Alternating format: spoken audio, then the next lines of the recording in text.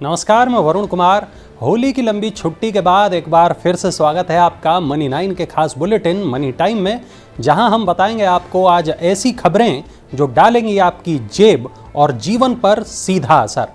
अपनी जेब को ढीली करने के लिए हो जाइए तैयार, क्योंकि जीवन जीने की लागत अभी और बढ़ने वाली है।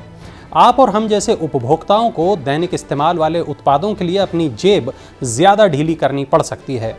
गेहूं, पाम तेल और पैकेजिंग सामान जैसे जिंसों के दामों में उछाल की वजह से एफएमसीजी कंपनियां एक बार फिर अपने उत्पादों की कीमतों में बढ़ोतरी की तैयारी कर रही हैं। डाबर और पार्ले जैसी कंपनियों की स्थिति पर नजर है। वो मुद्रास्फीति दबाव से निपटने के लिए सोच विचार कर कदम उठाएंगी। पार्ले प्रोडक्ट के श्रेणी प्रमुख मयंक शाह ने कहा कि उद्योग द्वारा कीमतों में 10 से 15% की वृद्धि की उम्मीद है। कीमतों में बढ़ोतरी का फैसला 1 या 2 महीने में लिया जाएगा। हिंदुस्तान यूनिलीवर और नेस्ले जैसी कंपनियों ने पहले ही चाय, कॉफी और नूडल्स के दाम बढ़ा दिए हैं। जल्द ही स्मार्टफोन, टीवी भी हो सकते हैं महंगे, और ऐसा क्यों होगा, चलिए जानते हैं। चीन के टेक्नोलॉजी हब के रूप में मशहूर शेंझेन शहर में कोरोना वायरस के मामले तेजी से बढ़ने की वजह से टीवी, लैपटॉप और स्मार्टफोन की कीमतें बढ़ सकती हैं। चीन का ये शहर दुनिया में इलेक्ट्रॉनिक प्रोडक्ट की आपूर्ति करने वाले सबसे बड़े क्षेत्रों में से एक है। भारत में चीन से आने वाली 20 से 50% इलेक्ट्रॉनिक कंपोनेंट की सप्लाई में शेंझेन की बड़ी हिस्सेदारी है। शेंझेन में लगा लॉकडाउन अगर जल्द खत्म नहीं होता है तो निश्चित रूप से सभी ब्रांडों के प्रोडक्ट की कीमतों में बढ़ोतरी हो जाएगी।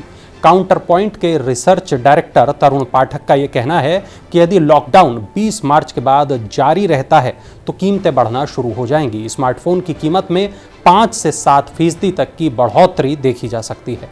कृषि कानूनों को लेकर सुप्रीम कोर्ट द्वारा नियुक्त समिति ने अपनी रिपोर्ट सामने रख दी है। देखते हैं क्या कुछ है इस रिपोर्ट में। तो सुप्रीम कोर्ट द्वारा गठित समिति ने 3 कृषि कानूनों को वापस न लेने का सुझाव दिया है। पिछले साल नवंबर में सरकार ने विभिन्न किसान संगठनों के विरोध के चलते इनको वापस लेने की घोषणा की थी। तीनों कृषि कानूनों का अध्ययन करने के लिए बनी इस समिति ने 19 मार्च 2021 को अपनी रिपोर्ट सुप्रीम कोर्ट को सौंप दी थी, जो अब सार्वजनिक की गई है। समिति ने अपनी रिपोर्ट में कहा है कि ये कानून किसानों के लिए लाभकारी होंगे। 3 सदस्यों वाली इस समिति ने कानूनों में कई बदलाव करने का भी सुझाव दिया है। इसमें राज्यों को एमएसपी सिस्टम को कानूनी बनाने की आज़ादी देने का भी सुझाव शामिल है। सरकार ने एलआईसी के आईपीओ को लेकर आज फिर एक बड़ा कदम उठाया है। भारतीय जीवन बीमा निगम का आईपीओ लाने के लिए सरकार ने बाजार नियामक सेबी के पास अपग्रेड दस्तावेज दाखिल करा दिए हैं। इन दस्तावेजों में दिसंबर तिमाही से जुड़ी जानकारी शामिल है। सेबी पहले ही एलआईसी के 13 फरवरी 2022 को दाखिल डीआरएचपी को मंजूरी दे चुका है। इसमें सितंबर तक के वित्तीय नतीजों की जानकारी थी। नवीनतम जानकारी के अनुसार अक्टूबर से लेकर दिसंबर तिमाही में एलआईसी को 235 करोड़ रुपए का शुद्ध मुनाफा हुआ है। अप्रैल से दिसंबर 2021 के बीच शुद्ध मुनाफा बढ़कर 1671 करोड़ रुपए हो गया, जबकि 1 साल पहले समान अवधि में ये 7 करोड़ रुपए रहा था। सरकार को एलआईसी की लगभग 5% हिस्सेदारी की बिक्री से करीब 60,000 करोड़ रुपए जुटाने की उम्मीद है। आरबीआई के रिटेल डायरेक्ट प्लान में जुड़ने वाला है क्या और बेनिफिट, चलिए जानते हैं। 35,000 से ज़्यादा इंडिविजुअल इन्वेस्टर्स आरबीआई के रिटेल डायरेक्ट प्लेटफॉर्म पर डायरेक्ट गवर्नमेंट बॉन्ड की खरीदारी कर रहे हैं। ऐसा माना जा रहा है कि आसान लेन देन, निवेश की सुरक्षा और ऊंचे रिटर्न की वजह से इन्वेस्टर्स की संख्या आने वाले समय में और बढ़ जाएगी। सॉवरेन बॉन्ड की यील्ड ट्रेडिशनल बैंक डिपॉजिट से ज़्यादा होने से निवेशकों को ऊंचा रिटर्न मिल रहा है। ये तो एक इसका बेनिफिट है। गवर्नमेंट बॉन्ड्स में रिटेल भागीदारी बढ़ाने के लिए रिजर्व बैंक ने सरकार से बॉन्ड पर मिलने वाले ब्याज पर इनकम टैक्स की छूट देने का प्रस्ताव रखा है। सरकार अभी इस प्रस्ताव पर विचार कर रही है, और यदि ऐसा होता है तो रिटेल निवेशकों को डबल फायदा होगा।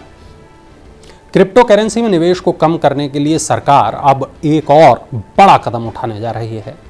इनकम टैक्स के बाद अब क्रिप्टो करेंसी पर जीएसटी का रंग भी चढ़ने वाला है। सरकार जीएसटी कानून के तहत क्रिप्टो को गुड्स या सर्विस क्या माना जाए, इसके क्लासिफिकेशन को लेकर काम कर रही है। ऐसा इसलिए हो रहा है ताकि क्रिप्टो की पूरी ट्रांजैक्शन वैल्यू पर टैक्स लगाया जा सके और इसका मकसद है क्रिप्टो में निवेश को रोकना। अभी क्रिप्टो एक्सचेंज पर 18% जीएसटी लगाया जाता है और इसे फाइनेंशियल सर्विसेज के रूप में क्लासिफाइड किया गया है।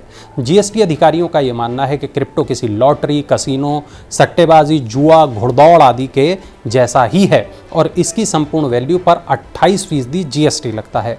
क्रिप्टो करेंसी पर जीएसटी लगाए जाने के लिए ये स्पष्ट करने की ज़रूरत होगी कि इसे गुड्स माना जाए या सर्विस। माना यह जा रहा है कि क्रिप्टो करेंसी की खरीद और बिक्री को कम करने के लिए ही जीएसटी लगाने पर विचार किया जा रहा है। निवेशकों ने गोल्ड ईटीएफ से फरवरी में निकाले कितने रुपए, चलिए बताते हैं। फरवरी महीने में गोल्ड एक्सचेंज ट्रेडेड फंड से निवेशकों ने 248 करोड़ रुपए की निकासी की है। ऐसा इसलिए हुआ क्योंकि निवेशकों का रुझान अन्य विकल्पों की तुलना में शेयरों की ओर बढ़ा है। ये लगातार दूसरा महीना है जब गोल्ड ईटीएफ से निवेशकों ने निकासी की है। Association of mutual funds in India के आंकड़ों के अनुसार जनवरी में निवेशकों ने गोल्ड ईटीएफ से 452 करोड़ रुपए निकाले थे। इससे पहले दिसंबर में गोल्ड ईटीएफ में शुद्ध निवेश 313 करोड़ रुपए रहा था। टाटा मोटर्स ने उतारी नई एल्ट्रोज डीसीए। आइए आपको बताते हैं इसकी कीमत और इसके खास फीचर्स के बारे में।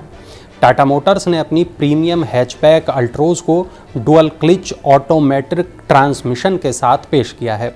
इसकी एक्स शोरूम कीमत 8,09,000 रुपये से लेकर 9,90,000 रुपये तक है।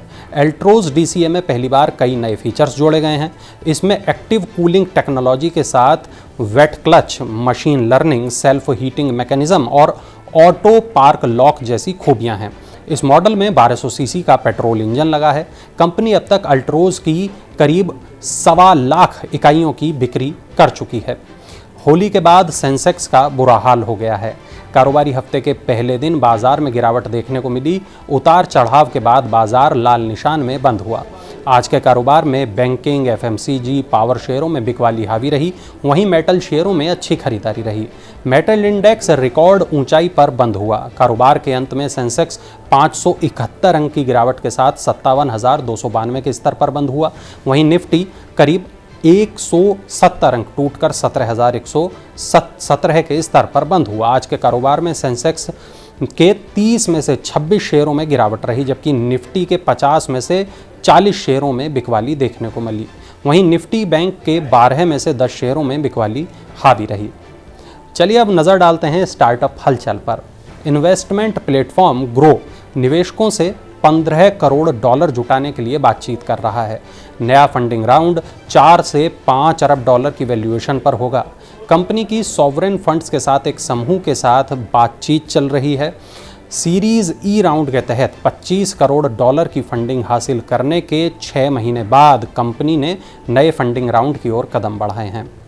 B2B ट्रेड प्लेटफॉर्म बिजोंगो ने real time location service solutions provider clean slate technologies का अधिग्रहण किया है। इस अधिग्रहण के जरिए बिजोंगो का लक्ष्य 2023 तक 100 भारतीय फैक्ट्रियों को अपने IoT powered cloud factory solution से लैस करना है।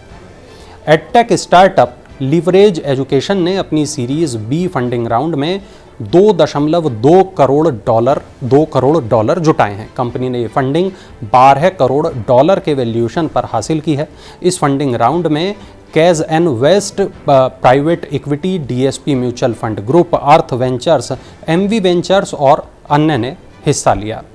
तो ये थी आज की तमाम बड़ी खबरें, तमाम वो खबरें जो डालती हैं आपकी जेब और आपकी ज़िंदगी पर असर।